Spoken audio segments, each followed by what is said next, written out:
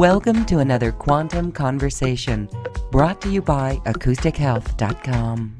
I'm Loren Gailey, and I invite you to sit back as we enter the quantum realm, that space of the greater part of you. It is your connection to infinite possibilities, infinite potential, and infinite mastery.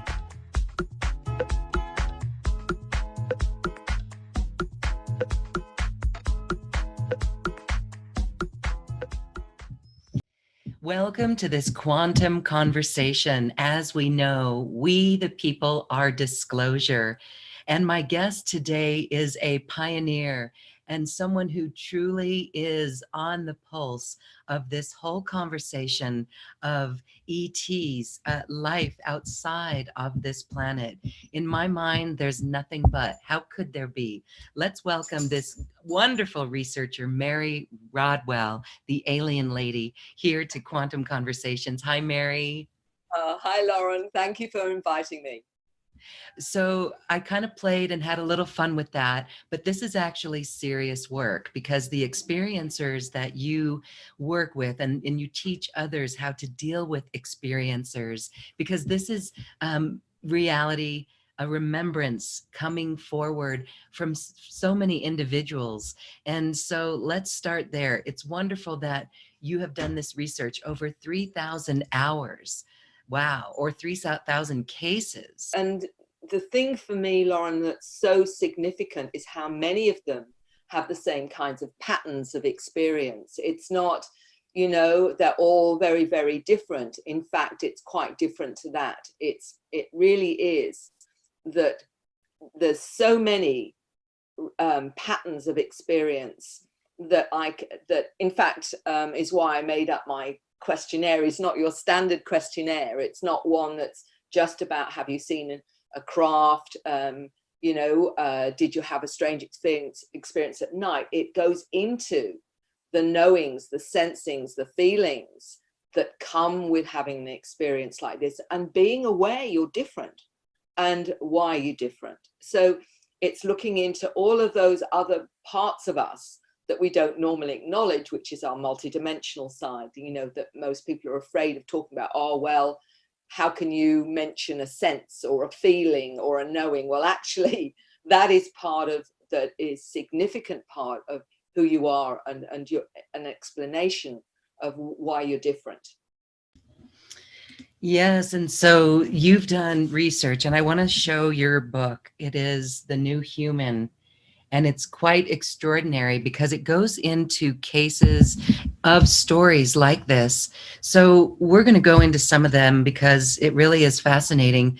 But from the get-go or from the outer picture, when you look at this, there's nothing but, this is real, right? And so how do you bridge this world of people who still question this, or do you just not deal with them? I think it's very important to question everything that is going on in our world, because there are many things that actually are not accurate, not true, and it's very much about trusting your discernment with your reality, because again, we're not always taught the truth. But how do you bridge a gap between the left brain analytical side and the 3D world that says nothing's real unless you can touch it, feel it, see it, hear it, etc., and your multidimensional one that is actually giving you information that you can't quantify in the same way? But what I say to people is you have an ability to have a resonance to a truth. How is it that, sometimes you'll hear a bit of information and it makes absolute sense, and yet you've got no way necessarily of quantifying that? What is it that gives you that knowing, that sense? And we all have this, and this is what has been denied us in our 3D world, our 3D programming. And now science is finally coming to the party and explaining the multidimensional consciousness of humanity through the quantum hologram. And it's saying that all of that can be explained through this particular model of science. And that's now what many scientists are doing when it comes to people who've had near-death experiences, for example. out of body experiences, feel they're astrally traveling, feel, you know, remote viewing. All these things now are coming to the fore. And the science, now the scientists are saying, well, that maybe there's integrity to this after all. Maybe we can actually allow people to explore what we call our intuition, the precognition, where you just know events before they occur, for example. How is it that people can heal people through energy, and they see the effects of that, even though it's not tangible in the way that we understand? We now have technology that is proving this by, you know, people saying, well, I see orbs around me. And then we've got photographs, digital photographs where the orbs are there. We've got video showing this. I've got video because a lot of people do crystal healing and work with crystals and talk about how they can expand energy. And this video that I've got from a scientist in England, for example, Dr. Harry Oldfield, where his software can show the non-physical world, the energy fields.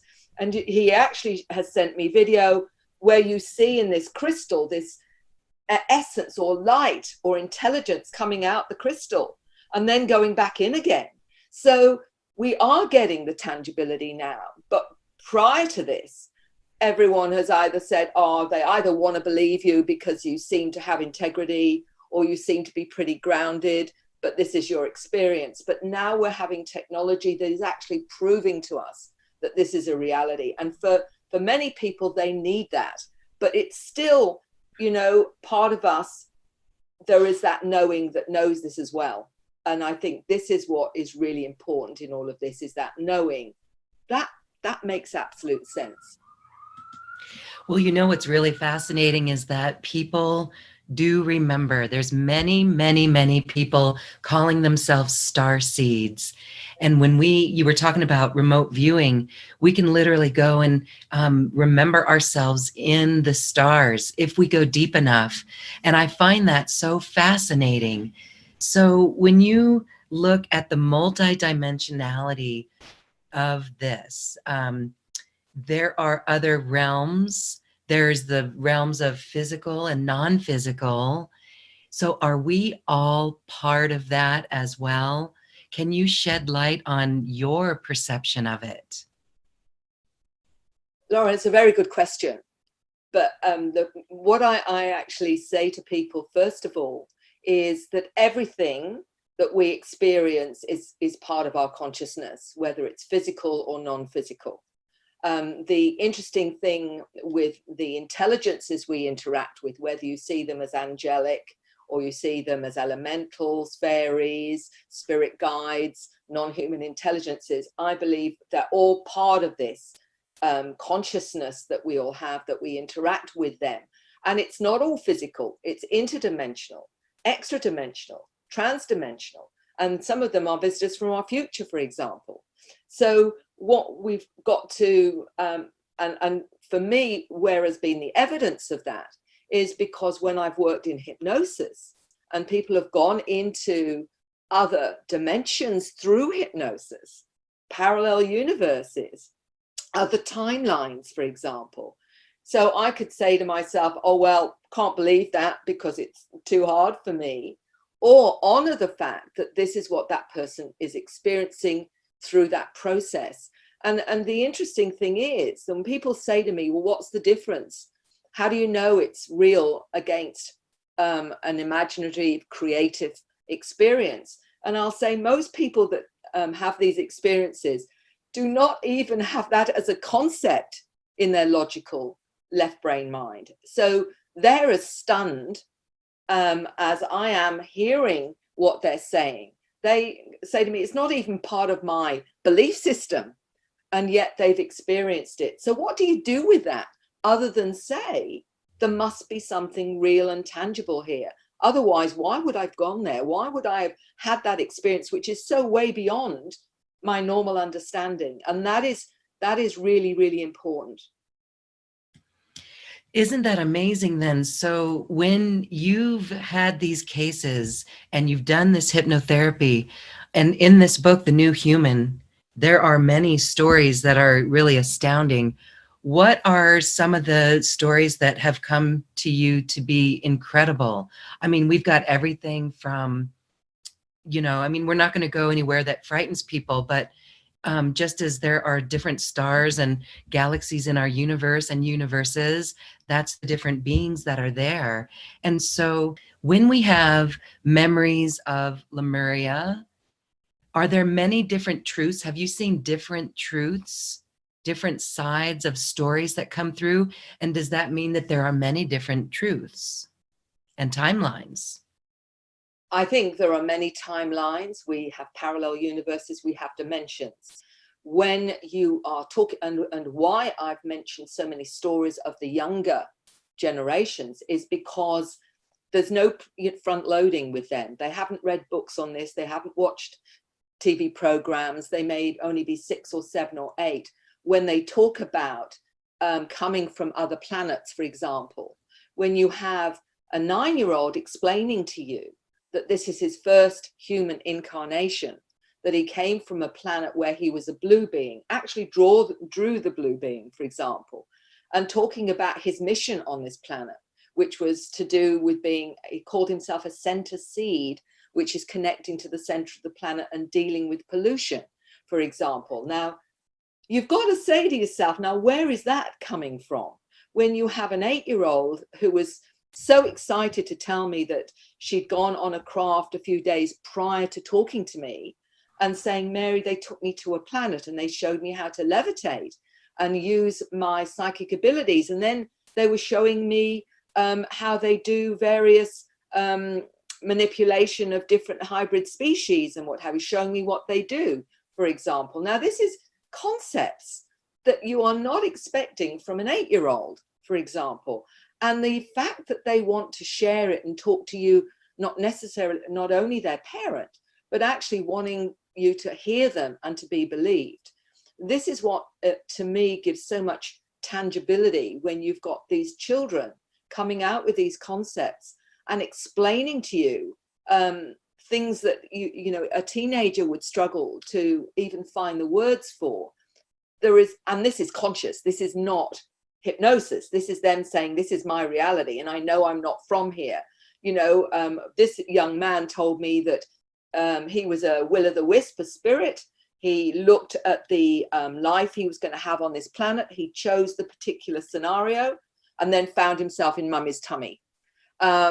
So you've got this real sense of, I'm not from here, but I've come to incarnate here. I've got a job to do. And I've even created the scenario of my family to support me in this. Now, these are not just the isolated cases, Lauren. These are, I'm hearing time and time again from these children having not only past life recall, but knowing why they've come and their mission for this planet and what they've come to do. Well, that's really fascinating. Can you give us the age when these children were born? Is there a window that you've noticed? What I have noticed is that there's an acceleration of these aware children. It seems like, I'm talking to 70, 80, 85-year-olds that have said, I've always felt different, having the experience of the new human, but never being able to talk about it at all. It was like, Right. this was a no-no. I talked to a Norwegian lady when I was over there who told me she was 79. And she said, everything you've talked about, she said, is me. I've never been able to talk about it. And she said, I'm a farmer's wife. And I used to call the sheep in with my mind. And she said, but nobody knew how I did it. But I have never, ever been able to explain this to people until I heard your presentation and realized I wasn't the only one. Now, she was 79 years old. But what I am seeing now is more awareness to this and the fact that the children do seem to be an upgrade. And as you notice in the new human, what I mean by the upgrades are the ones that have come in with a lot more awareness and a lot more centered about who they are, less afraid of saying, this is me. And we've got them coming in and with what appears to many, because they're so different, as dysfunctions. And this is where we talk, about the some forms of autism, Asperger's, ADHD, dyslexia. My understanding has now been that the reason they're different is they're wired differently. And why are they wired differently? Because they are made to, if you like, not be quite so programmable. Because the problem we've experienced on this planet is the programming is so heavy. As one 9-year-old in Sweden said to me, going to school, they program you out of your light. And that was the way she described it. And this is exactly has happened for many of us over the years in our generations. Even if we started being very open, and we may have had what they called imaginary friends, or we may have had these experiences, but shut down because everybody said, oh, that's just your imagination. Stop talking like that. That's been the mindset, and is still the mindset in particularly certain groups of people, the academic groups, that, you know, the heavily educated, and religious groups, because many of those within religion are afraid of opening up to this side of themselves because they're told it's evil, or the demons, it's the devil worship, or whatever. So there's all these different beliefs that shut down the individual from being all that they can be.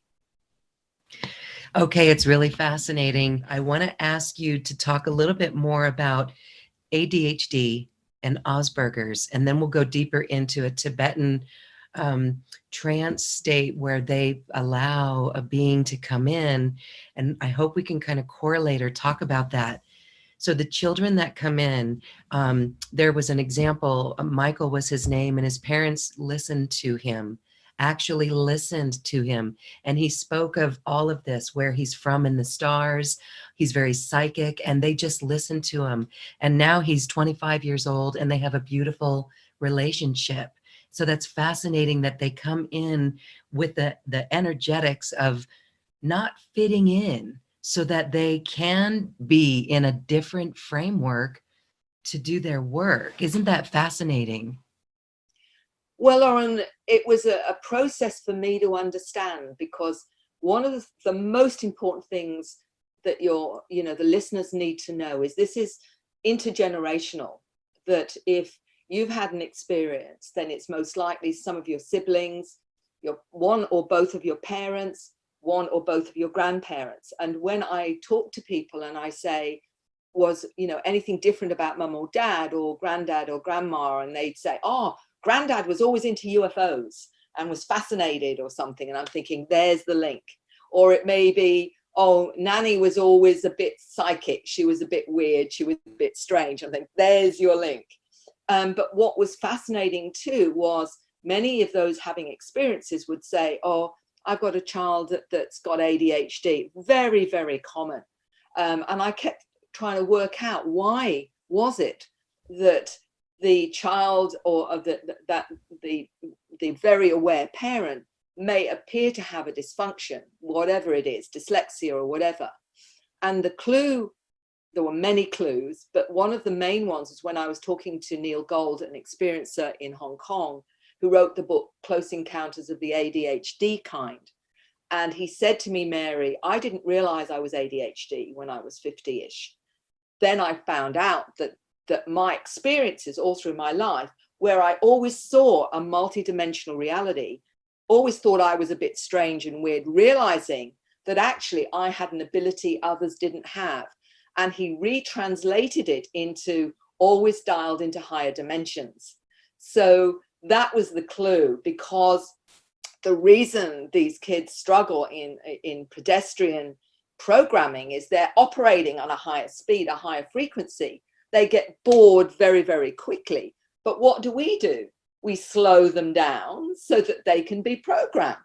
And this is actually the opposite of what we should be doing, because we can support that, but we don't support it with drugs or any kind of medication, because that just shuts them down.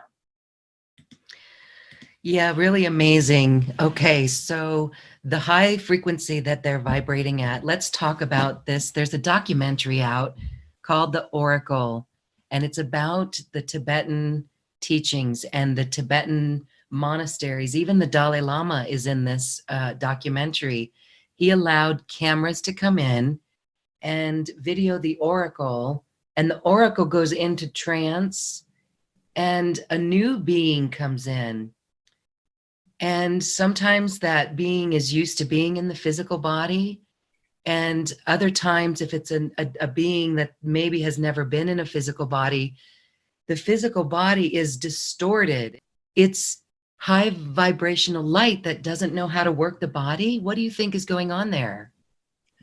Well, in my understanding, that would be called overshadowing, which means that the frequency or the intelligence that wants to convey information is working as best it can to manifest enough to be able to use the vocal cords and what is physical to explain who and what it is. And this is actually, not as strange a manifestation as some people believe. There are many people, many channels that will have that overshadowing experience and that energetic experience. And it means that often the language is quite different, and it's almost like you can see them and not see them at the same time, but it literally is the consciousness overshadowing the physical body so it can explain what is going on. This is not so weird as people think, because many people that are opening up multidimensionally are connecting to these intelligences anyway, clairaudiently or clairsentiently. They will be hearing a conversation, or they will have a conversation, and then they may lead into channeling, where they actually will get whole sentences, for example, with that communication. I believe all of this is preparing us to become telepathic, because these star beings are telepathic. They want us to join them. And to join them, we have to go to that higher consciousness so that we can communicate far more fluidly and far more clearly telepathically. Okay, amazing. On another topic here, light language. People are drawing it, singing it, writing symbols, speaking it, toning it. This is something, right? Can you share with us what your impression is of it? It's a fascinating one. And when I first came into this, I was just looking at people having experiences, going on board spacecraft, etc., etc. But one of the things that I started to notice was, after experiences, they would, some of them at least, would start to articulate star languages and say, for some reason, I get this amazing feeling, and out it all comes. And many of them don't even know where it comes from, but they get this beautiful feeling when they're articulating it. Some of them have realized that they do it when they do healing, when they're doing energy work, for example, it manifests and whatever. But not just that. Some of them will start writing symbols or strange scripts as part of it. Others will start to do strange artwork. And they say, and one of them I write about in Tracy Taylor, that's in my book Awakening, as well as The New Human.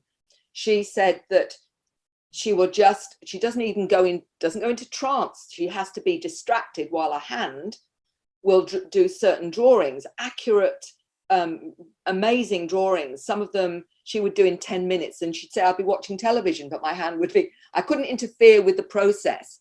So all of this is a challenged, a channeled information through art. Others, musicians, are doing it where they say, this just comes to me as I settle down. I know it's not me. I'm given the frequencies. So when people say to me, how do you know someone is having a real experience? I said, do you not see the evidence is in the changes of that individual after contact? Because they change often the way they live, their food, they want to live a more holistic lifestyle, they lose interest in materialism, they may start doing strange drawings, they may start coming out with these languages. There is evidence of something real. You don't do this after a hallucination. You don't do that because of imagination. And for me, that is the one thing that frustrates me as a therapist, is I know that you don't manifest a whole new way of living in every aspect of your life for a fantasy or hallucination. It only is happening because of something very real, very tangible that's happened to you that has changed you forever. Yes, it's this inner knowing. It's a spiritual remembrance. It's an inner knowing. So then the conversation of ETs absolutely must get spiritual, would you say? And can you describe, here we are in 3D and the density of 3D and the programmability of 3D, and we're anchored now in 4D and moving and aligning with 5D. And your research has shown you that this is why new beings are coming in. So does that give you the greatest hope and optimism? If there are people who come and say they're going to be working and cleaning up the earth and the ocean, then that's beautiful. Lauren, it's so important at this moment in our history that we have some hope for the planet, yeah, for ourselves. Everyone who is geared into seeing what's going on the planet right now, everything is in chaos. We've got people all over the world saying the governments are not doing the right thing. There's corruption.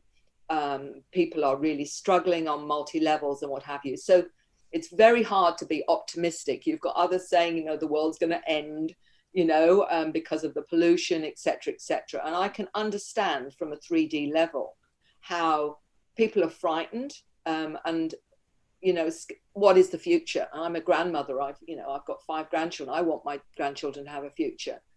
What I say to people is this: these new souls coming in are coming from all the galaxies, other dimensions. I mean, I've had the children telling me, one child said he's from the 9th dimension, for example. They're coming from other dimensions.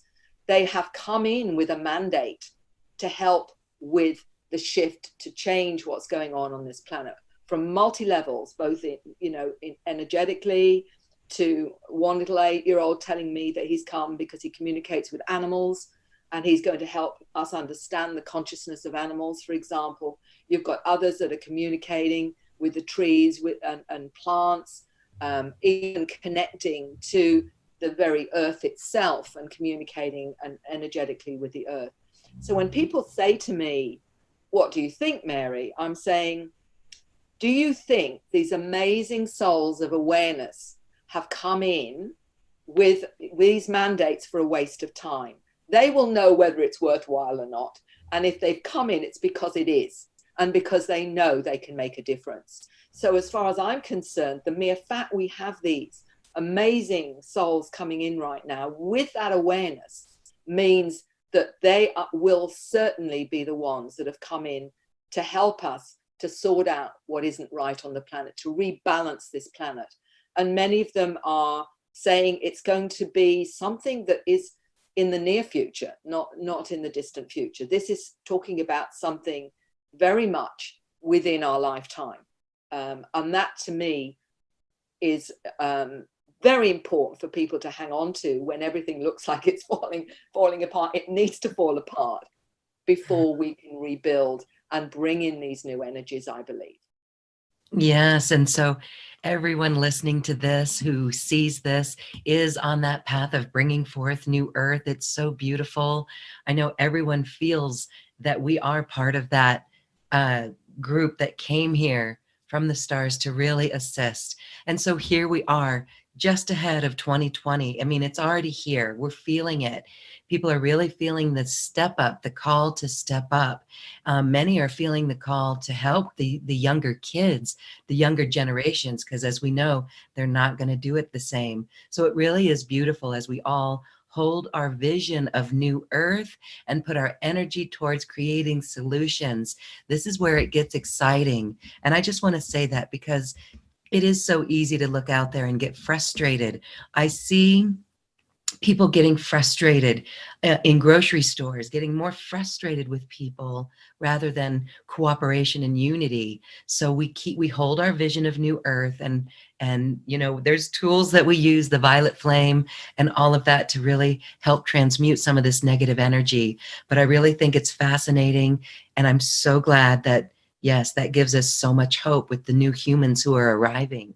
So on that note, let's talk a little bit about the new humans, because in your beautiful book here, I mean, just the cover alone, that's like light language in itself in this beautiful book. And it's awakening to our cosmic heritage. We all have this. I want to start with some of the stories where we talk about hybrids. Again, this is an elevated human, and it's nothing to be freaked out or scared about, right? Absolutely. When people say to me, oh, if there's going to be hybrids and they're different and they've got all these abilities, you know, then they're going to come and take over, and what's going to happen to us, you know, the older models, as I call it.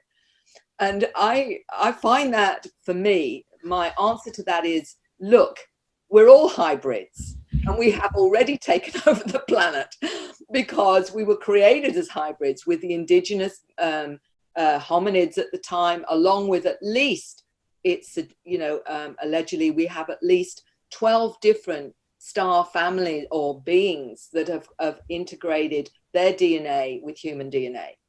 And I go into that in the book as well, and the understanding behind that. We have dormant DNA that's being activated, and this dormant DNA is part of our star heritage. So the more we get activated, the more we open up to our abilities, our awareness. And as that frequency rises within us, we're connecting to our Palladian heritage, our Orion heritage, our Arcturian heritage, or whatever. What is being activated is that. So we're all hybrids. So this whole business of, are they going to take over? Well, we have done. So let's get that out of the way for a start. What is happening, though, is people are being activated to understand more about their hybrid nature. And some of them, particularly the children and teenagers, will say, look, I know I'm a hybrid. And the reason that they've connected more to that is they may have more of that DNA in them because of their assisting their abilities with whatever job it is they've come here to do. But it just means, just like we've got different races on this planet, we've got different souls coming in with more of their Pleiadian awareness or more of their Orion awareness. But it, you know, it's bringing in the gifts. So instead of looking at somebody and saying, oh, well, they're different to me because they've got more of this or more of that, saying, what's your gift? Because your gift you've brought in to help with this shift. It's something to embrace. I mean, I've mentioned a young woman who is a real beautiful soul, and everyone, I can imagine the first shock when I say she knows she's part human, part reptilian. And she told me she was a hybrid, and I worked with her. She's a lady in the UK, and she said to me, I actually prefer my reptilian side to my human side. And she's a very beautiful looking woman. And I said, well, why? She said, because I have awareness with that I'm feeling very comfortable. She's a healer. She works with Eastern medicine, etc. She said it's getting the highest qualities of both and putting them together, because what we're doing is all different species are wanting to change. And even those that have a bad rap, for example. And the important thing here is, you know, don't judge a book by its cover. What we have to learn now and understand is all these different species of souls wanting to grow, and they've incarnated in various forms for the lessons that they feel are the most useful in that form. It doesn't make them bad because they don't look as pretty or as normal as we expect people to look. What I say to people is this: when you see a being, go by what you're feeling from them, because I know many people who've had very loving interactions with reptilians. And one of them is a good colleague of mine, friend, and hypnotherapist, Barbara Lamb, who told me that she went in her house one day and there was a 7-foot reptilian. And she said he embraced me with nothing but love. So we have to be very careful that we're not, if you like, influenced by the negativity and the fear on this planet that says all this species are bad and all this species are X, Y, and Z. We've got to start learning to trust ourselves and our resonance to whatever being we may see. And getting back to how do you judge the being? Many people can't see the connection between spirituality or metaphysics and ufology. Well, the bottom line is that if you are in a belief system that believes in Jesus and Mary and angels and whatever, you may see an angelic being, whereas someone else will look at that being and see a light being.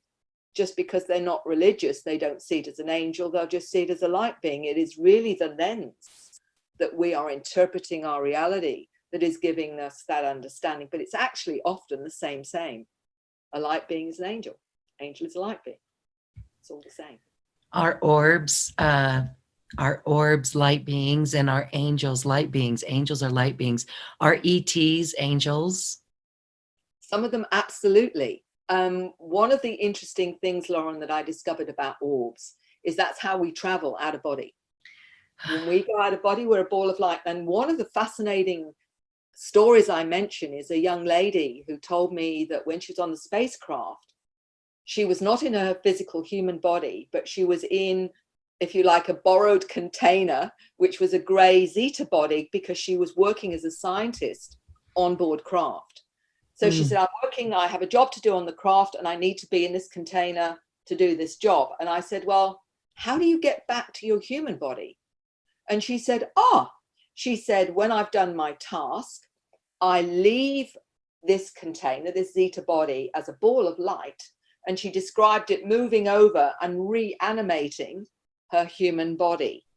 But she was a ball of light. So when we're seeing a lot of these orbs, some of them at least are souls out of body. And this is when one of the things that goes with you having an experience, an ET experience, for example, is 25% of it is physical, 75% is non-physical. You are out of body going on craft often. You are out of body when you're being taken somewhere or going somewhere.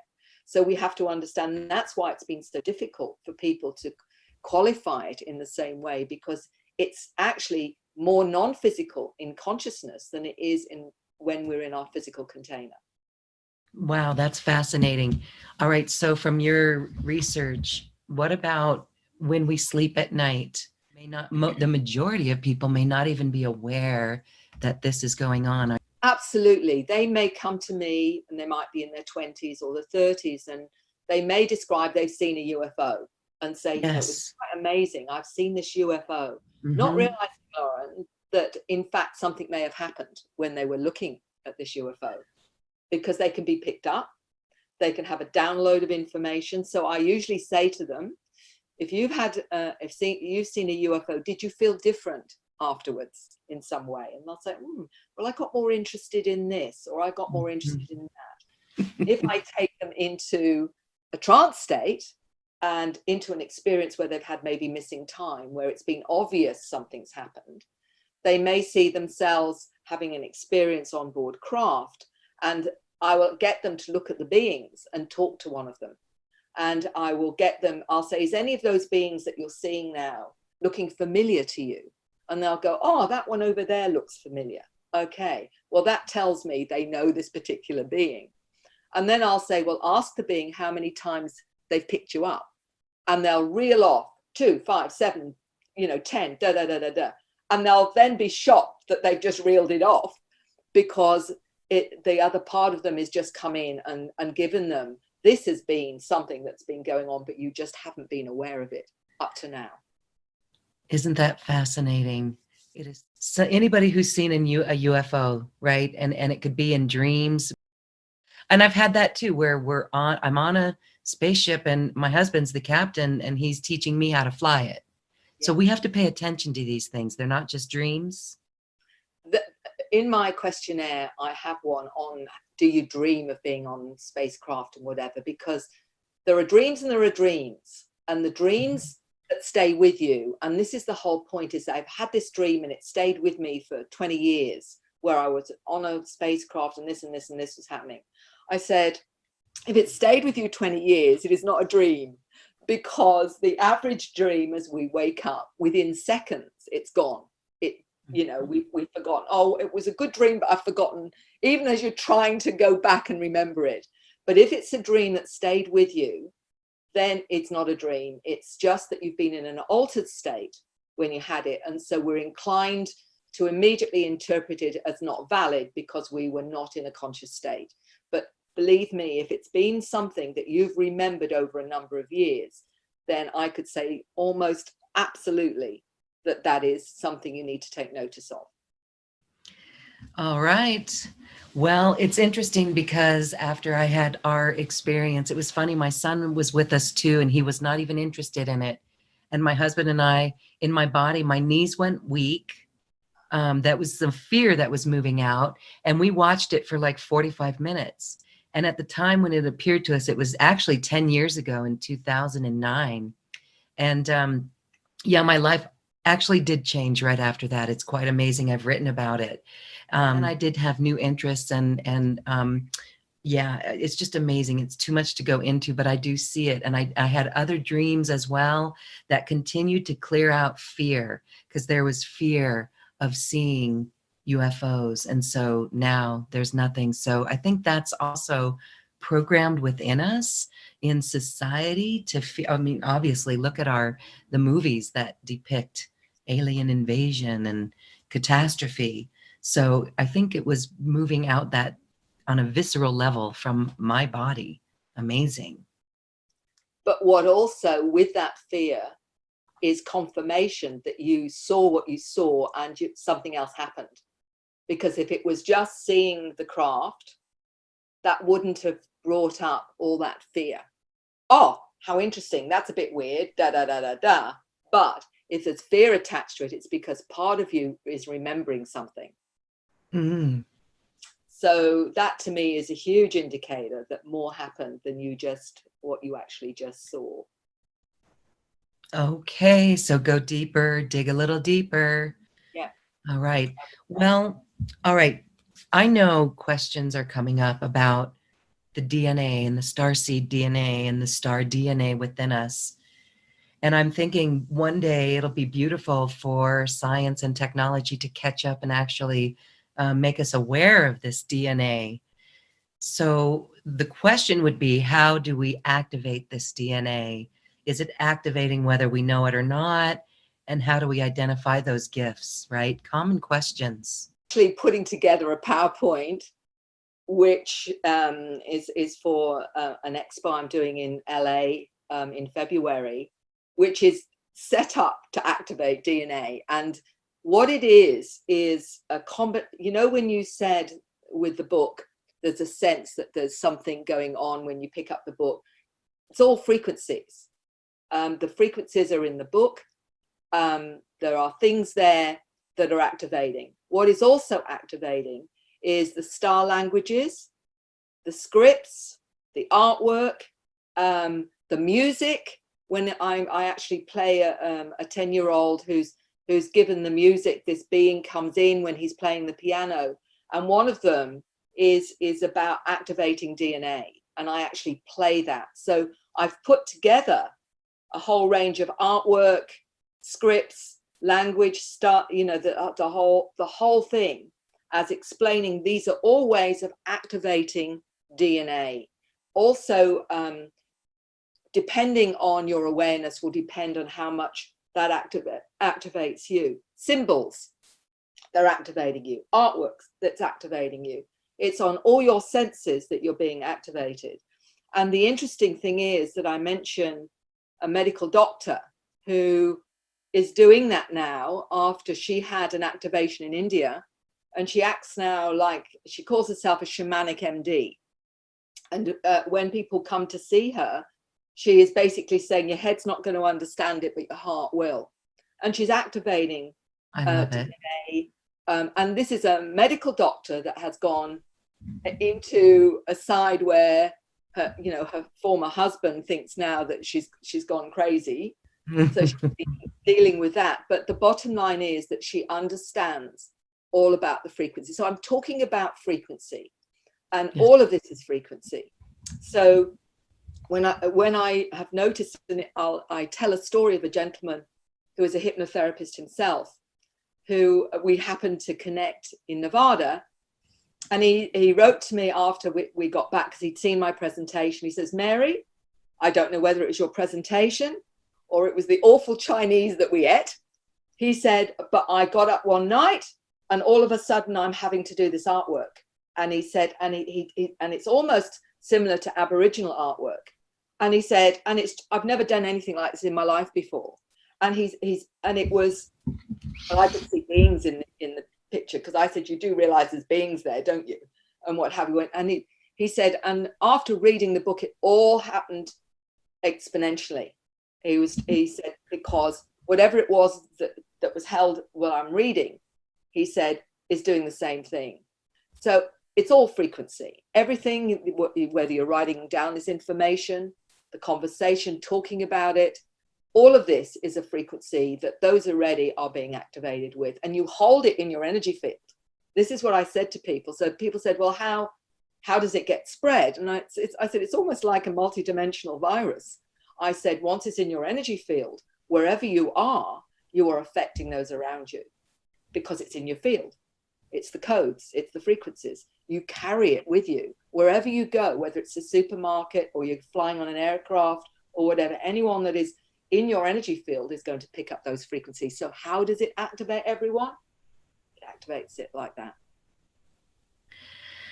Okay, again, this brings such hope and optimism and tells us why so many light workers and grid keepers are walking the earth and taking ceremony at specific sites, because or not, just going through with their body and changing the frequency of the store, of the place, wherever they go.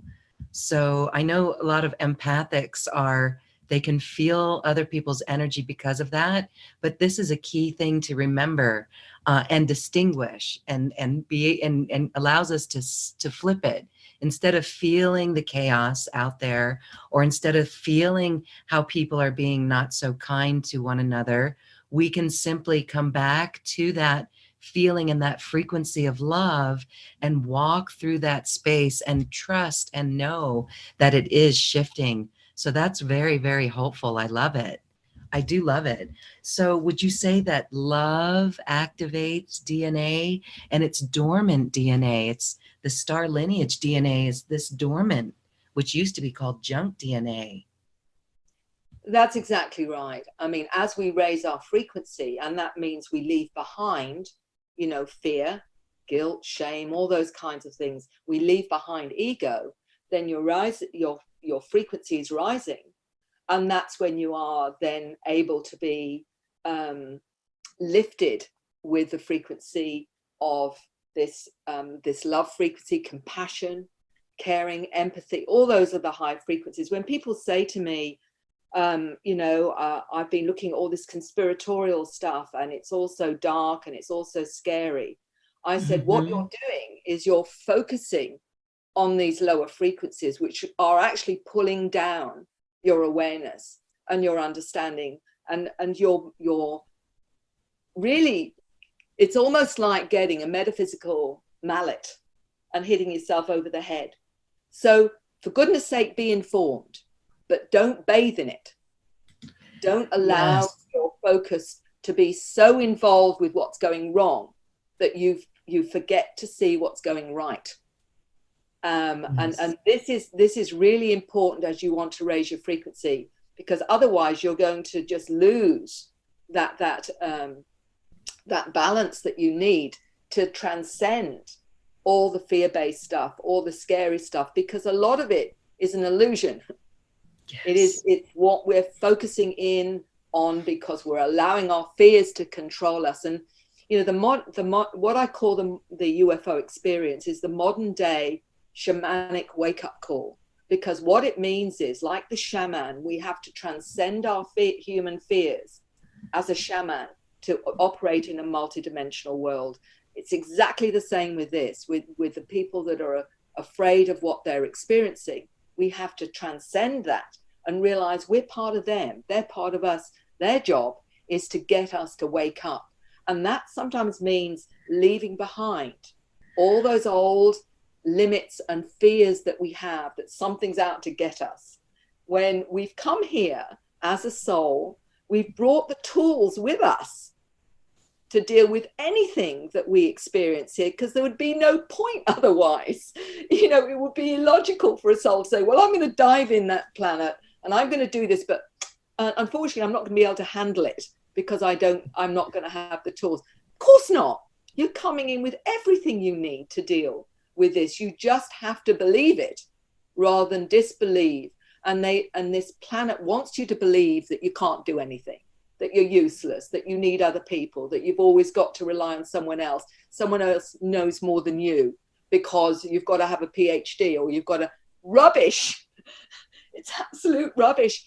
So stop buying into this deliberate program to disempower you, and take on the fact that you as a soul know exactly why you've come here, and you've got the tools to do what you've come here to do.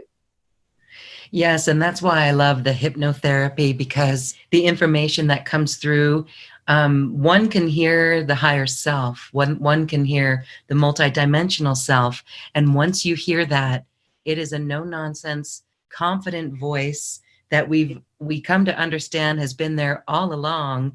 And that really is the key for us to go so deep within inside ourselves that we know how to listen to that voice. Would you say that the younger kids coming in, they're already wired that way? They hear that voice and they're certainly speaking it. So as adults and parents and teachers of these kids, it's our best behavior to really nurture that and allow it to come forth without, criticizing it and shutting it off. So you're absolutely right, Lauren. One of the things that has been happening, because I'm dealing more with families and children, is the parents will say, my daughter or my son is talking about their special friends that come and help them and what have you. And they say to me, what can we do to support that, to help them still feel confident in their awareness? And I'm saying, first of all, listen, hear them, and let them know that it's okay. I was talking to a 12-year-old who was telling me that when she's in the school, she's got this little being here, and when the teacher's talking and mentioning certain information, the being's saying, that's not accurate, take no notice of that. This is all you need to know about X, Y, and Z. And I said to her, so do you ever talk to your school friends about this? She said, oh no, because they wouldn't understand. But she had enough understanding herself to know that what she was getting from this being was far more accurate and truthful than what she was hearing. Another 13-year-old explained to me that she was struggling because she was telepathic, and she said what the teacher was saying and it was quite different to what the teacher was thinking, and what the teacher was thinking wasn't very nice. So I'm telling educators now, you have got to be aware that you've got another kind of human coming into your class, and they can work you out. They can hear and see and know whether or not you are authentic and you're coming from integrity. So just be aware that this is what's going on, because it's going to happen more and more, and it's going to be very confronting. When I spoke to a lady, she had a 3-year-old little girl, and she said to me, Mary, my biggest problem is with my little girl. When she was little and right up to now, she's telepathic. She, anyone coming, she will tell me what's going on with them. And she said, my biggest problem, she said, is 3 years of this, is she said, I have to keep watching my thoughts. And she said, and it's so tiring because I have to be aware that she's picking it up. So we're really going to have to look at ourselves, and it's not just the words we speak, it's our actions. And we have got to come from that authenticity now. So it's asking us all to clean up our act. Yes. And that is the shift into New Earth. We have that transparency where integrity is key, and being aware of our feelings and how that affects other people. And again, like you said, even beyond the words that we use, I know we're feeling right now a sensitivity to words and moving away from the old words. And so this is really key. New Earth is an integrity, and the young kids are bringing it. So that is wonderful. Again, another optimistic viewpoint, as we can see eventually we'll start seeing new systems. We'll start seeing what I like to call humane systems, where we care for others. So again, it's very optimistic. I love it. I think it's really important to for people to get this and to get the hope behind it, because of what's going on the planet and how much fear is being thrown at us from every level, through our health, through, you know, what's happening to the planet, to what we're seeing with the corruption across the planet, those that are in, you know, these positions of power, how they're abusing that and abusing the land, and really the whole focus being on money and power and greed, as this is what we should all herald and say, oh, you know, I wish I'm the one that's got the new car or the new yacht or whatever, realizing that that is programming us into that old energy of lack and of need, and not realizing what actually is important. Why are you here? What's life about? It certainly isn't just seeing how many cars you can get together and houses before you die, because there's no pockets in a shroud, by the way, so you can't take it with you. And realizing what really matters, and this is really what this is highlighting to us. Do you want that for the rest of your existence, or do you want it to change? And you know, we really are the ones we're waiting for, so it really is up to us. Yes, it's up to us, and more people are remembering that, and it's so beautiful. All right, you mentioned that symbols and artwork and music, it all brings through this beautiful frequency. And then you said someone is even communicating with the plants more. This is what's really fascinating. Plant music, there's a plant music machine, and it feels like that the music of the plants actually activates our DNA. Do you think that that's possible from what you've heard in your research? I think it's absolutely possible. I'll tell you about a little video I was sent by a little it was a 6-year-old boy holding a meteorite. Oh. And he talked about the fact that the meteorite was telling him about its journey and where it landed and what it felt, etc., etc. And his mother said to him, how do you know what the meteorite is saying? How do you experience it? And he said, I hear it talking to me in my mind. Now, that is another level to realizing consciousness is part of everything, that no matter what we see as solid is actually just a frequency, just energy. None of us are solid, including even things like we see the crystals. As I explained, what was beautiful about seeing this video of the crystal, and you could see through the software this light coming out of the crystal, and as the cat comes in the room, the light goes back into the crystal again. If you want to know that crystals have a sentience, then there is the evidence of it through the software, for example. So when people say, you know, that I feel this from a crystal or whatever, we've got to start listening to that, because it's telling us more about our reality. There's no doubt that we've found out that plants operate and can pick up emotions. And there's been books about how one gentleman put a lie detector clip on some plants and then had various, I think it's called The Secret Language of Plants. Yeah. And he sent it first loving messages and then scary messages. I'm going to pluck you, I'm going to harm you. And the lie detector started to show this reaction by the plant, oh, he's going to harm me or whatever. Why is there a problem with understanding that everything is sentient? And it's what the indigenous peoples already know. They talk about it because they already are tuned in to the land, to the plants, to the animals, to everything. And they're saying everything is connected. And this is what the children know. They already know it's all connected. Like this 8-year-old that was telling me he can communicate with animals. You know, look at the numbers of people now that saying, I can talk to animals. And we've got many people, you know, the animal whisperers, the horse whisperers and whatever. Yeah. What do you think is going on? You're on the same frequency of that particular intelligence, whether it's an animal or a plant. And interestingly, I was talking to a little boy who explained to me that he was around as a human at the time of the dinosaurs. But then he said, I incarnated once as a hare, which is, you know, not the rabbit, but the bigger kind of rabbit, the hare. He said, I've been a hare as well, he said. So he was talking about knowing that he'd been incarnate at some point as an animal. What's the problem with that? How do we know we haven't been incarnated in all sorts of creatures? And I did a regression once with a gentleman And he went back to the time of Atlantis. And I said, so where are you? And he said, I'm in the water. I'm a dolphin. Mm.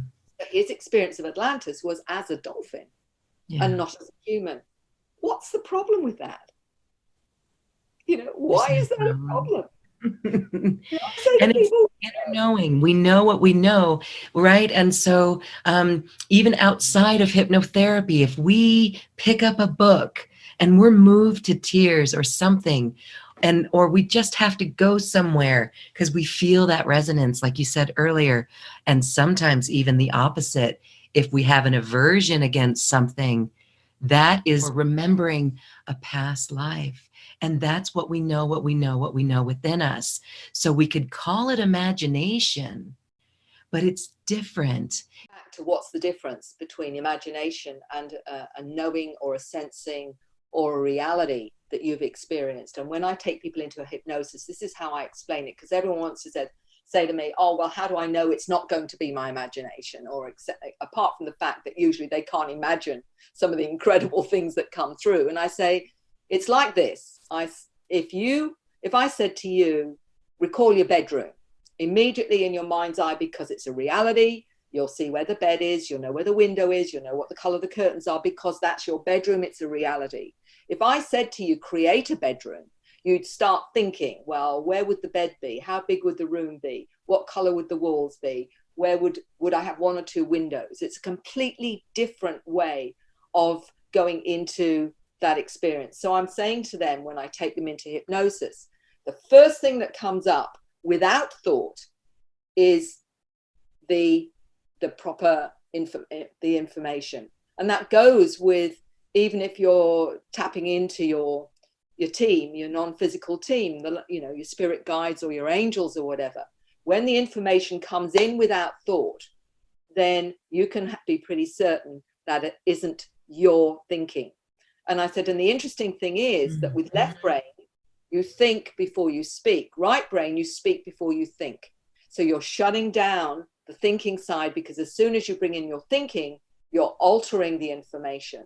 You're compromising. I call it coloring the information. So if somebody wants to know, I'll say to them, I bet you've all had insight where suddenly some inspiration, you'll get something and you'll think, oh, that's pretty great.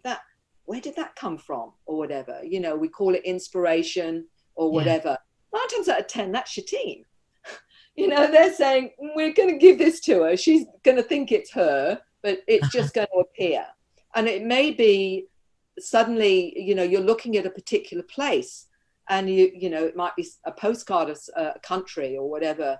And you've got this overwhelming emotion to that particular place. Why do you think you have that? You have that because you're recognizing that that's a place that is connected to you.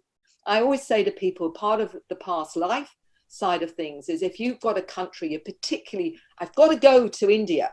I've got this feeling I've always got to go to India. Why do you think you have that against Russia or Alaska or something? That if you've got something that really inspires you in some way that you can't even understand the motivation, it's usually because you've got a memory of that.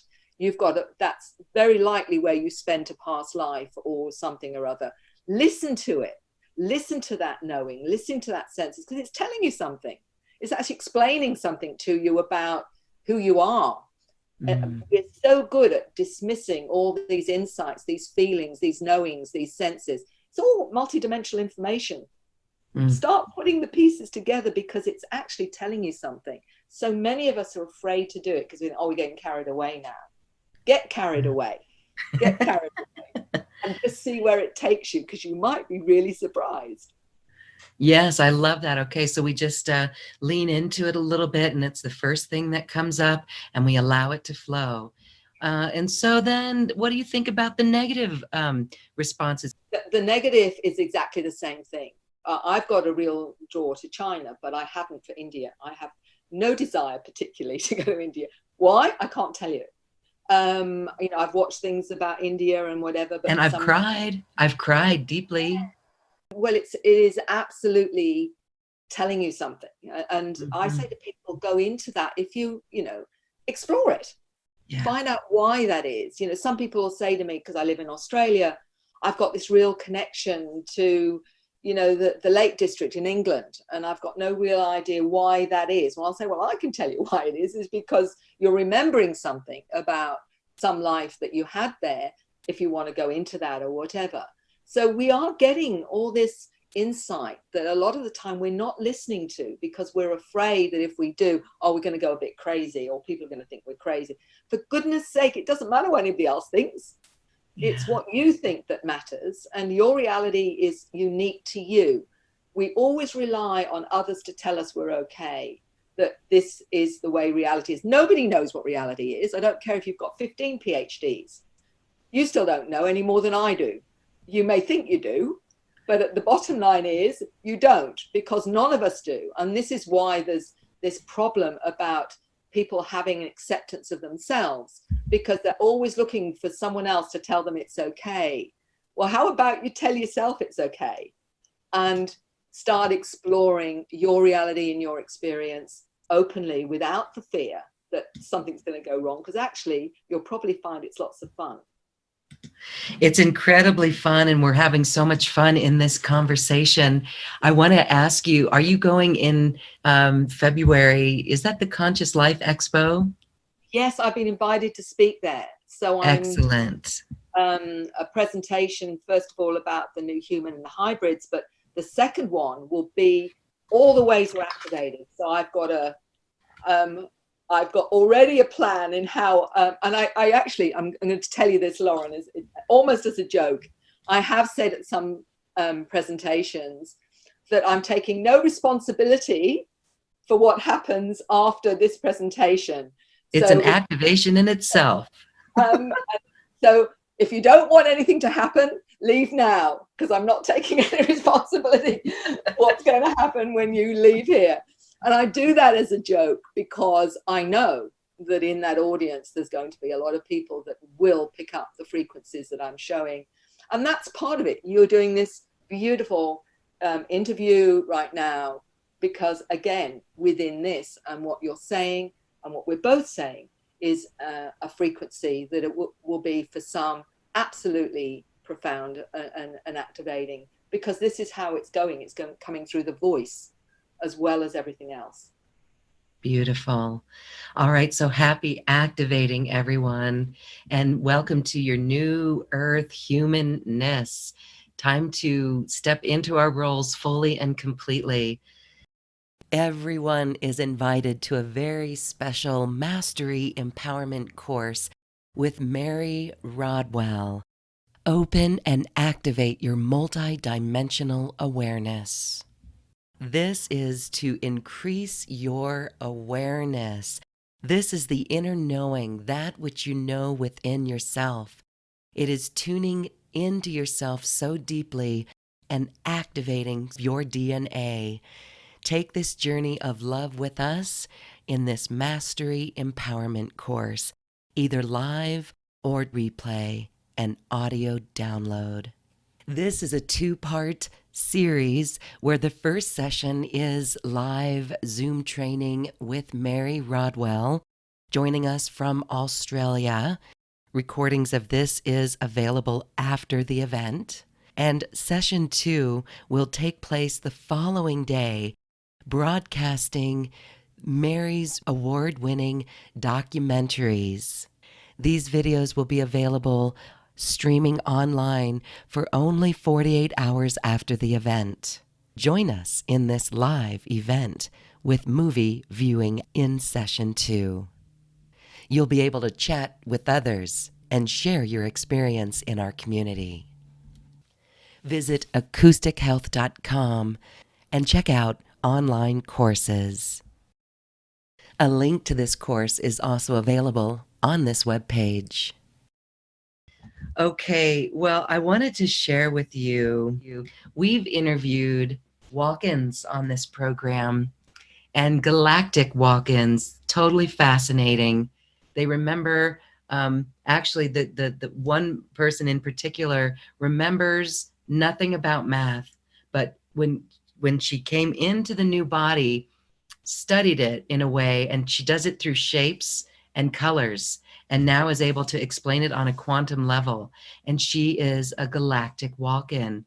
Have you had other experiences of galactic walk-ins and walk-ins in general? I actually mention that is another way that these intelligences are coming in to help the planet as walk-ins. They don't So want to start as a baby, right? this one I've mentioned is a lady that the previous soul had an autoimmune disease, and she was sent literally home to die. And light beings visited her, and for a while she was healed and what have you. But at some point, she ended up having several near-death experiences towards after a last pregnancy.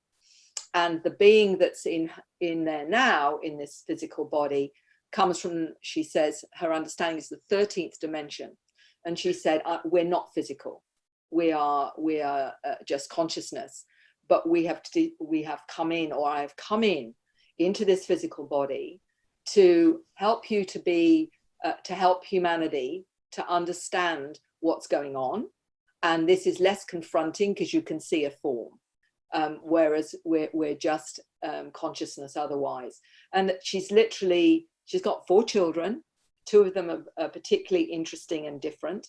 And she said that that's her mandate, is to teach now more of what we need to know for this change. Now, I know for a fact she's not the only one.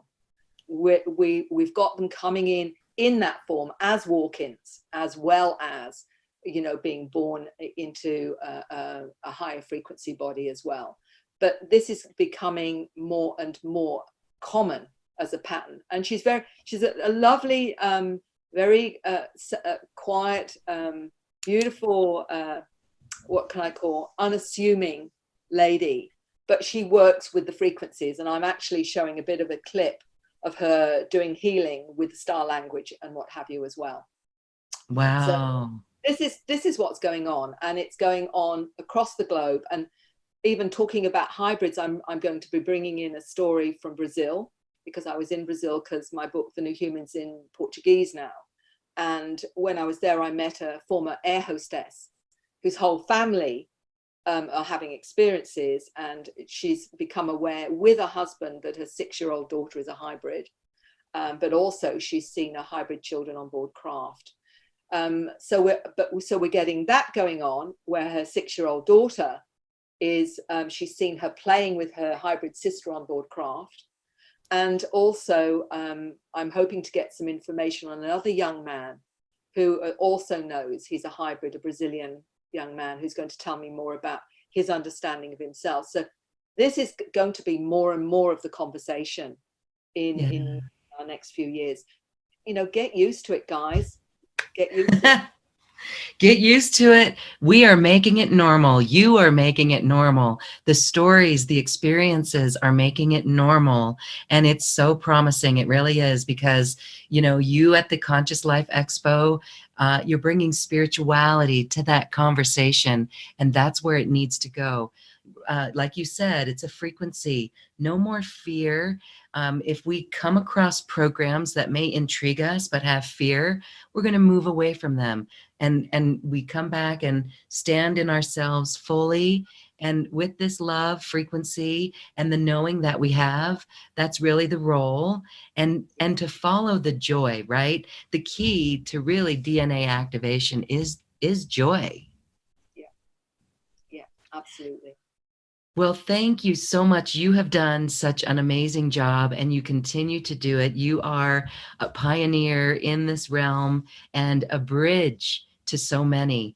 Thank you, thank you, thank you. As we say goodbye, is there a closing message you'd like to offer? Well, my closing message first is a thank you, Lauren, for the wonderful work that you're doing, because without what you're doing, I can't do what I'm doing. You help individuals like me to put out the information, as well as your own wisdom. So I want to thank you for what you're doing. But I also want to say to your listeners, is one of the things that a 9-year-old told me was this. She said, human beings are so amazing. They have no idea how amazing they are, but they've got to believe it first. I'll leave it with that. Believe. Awesome. Mary Rodwell, thank you, thank you, thank you for this quantum conversation. Thanks. Join Mary Rodwell in a Mastery Empowerment course. Open and activate your multidimensional awareness. This course is recorded so you can join us live or by downloadable replay. Learn how to open and activate multidimensional awareness. Visit acoustichealth.com and search for Mary Rodwell, or visit the link on this webpage. And now it's time to dance our way to the cosmic heart. And this is a special video presentation of plant music. It's a plant music remedy to heal the pain of environmental disrespect. Anytime you've ever felt sad, this is a time to use the alchemy of plant music to transform it. Enjoy. I heard the chainsaws and my heart sank. In the fall, as trees hibernate for the winter, the sound of chainsaws is prevalent. Sometimes entire trees, healthy trees, are taken down. As I looked out my window, following the sound of the chainsaws, I saw my neighbor's weeping willow tree, a beautiful, majestic, long-limbed tree whose tendrils were reaching towards the earth. I saw as its long branches were cut back as if getting a crew cut haircut.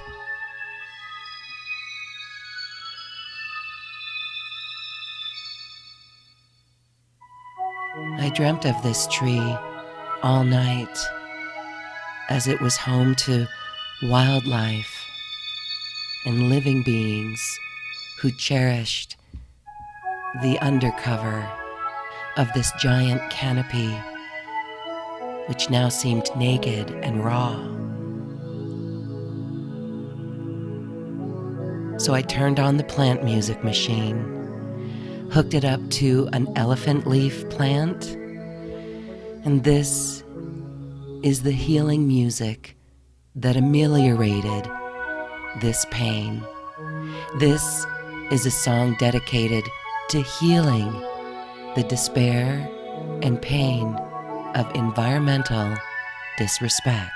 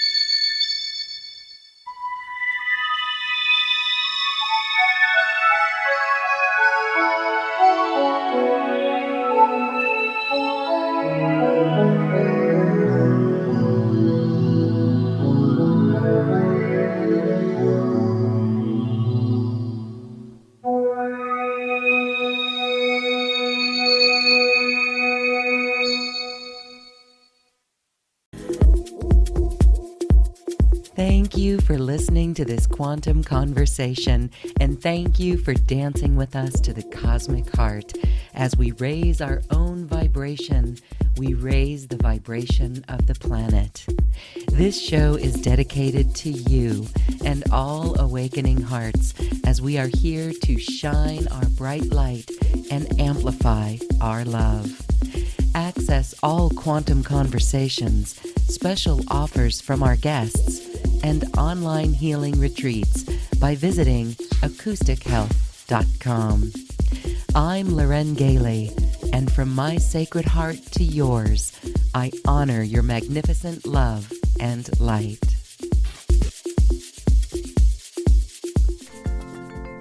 We leave you now with music from the universe. Music literally created by the universe, as musical notes were assigned to mathematical equations. The result is this beautiful music, available at acoustichealth.com. Namaste.